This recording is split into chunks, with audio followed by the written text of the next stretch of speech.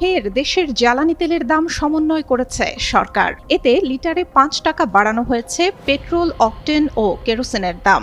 এরপরই জ্বালানি তেলের দাম সমন্বয় নিয়ে প্রতিক্রিয়া জানিয়েছেন বিরোধী দলীয় নেতা ও জামায়াতে ইসলামীর আমির ডাক্তার শফিকুর রহমান। তিনি বলেন, এক সপ্তাহের ব্যবধানে বাজেট অধিবেশন শুরু হতে যাচ্ছে।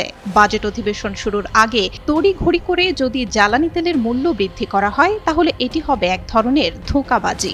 রোববার রাতে সামাজিক যোগাযোগ মাধ্যম ফেসবুকে এক পোস্টে তিনি এই মন্তব্য করেন। পোস্টে জামায়াতের আমির লিখেছেন, কেবল গত মাসেই এক দফায় ৮ থেকে ১২% জ্বালানি তেলের মূল্য বৃদ্ধি করা হয়েছে। ক্ষেত্র বিশেষে এর চেয়েও বেশি। মূল্যবৃদ্ধির হাত ধরে দ্রব্যমূল্যও বেড়ে গেছে, অথচ মানুষের আয় বাড়েনি। ক্রমাগত বেকারত্ব বেড়েই চলেছে। আবারও জ্বালানি তেলের মূল্য বৃদ্ধির পায়তারা চলছে। তিনি লেখেন, দিশেহারা জনগণ যাবে কোথায়, করবে কি, বাঁচবে কিভাবে?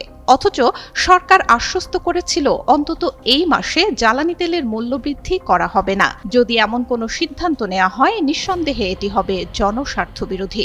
রাঁধুনি মেজবানি মাংসে মশলা থাকলে আসল মেজবানি রান্না কোনো ব্যাপারই না। এর আগে জ্বালানি তেলের দাম বাড়িয়ে রোববার রাতে জ্বালানি ও খনিজ সম্পদ বিভাগ থেকে প্রজ্ঞাপন জারি করা হয়। এতে ডিজেল ছাড়া অকটেন, পেট্রোল ও কেরোসিনের দাম লিটারে বাড়ল ৫ টাকা। আজ থেকে কার্যকর এই দাম।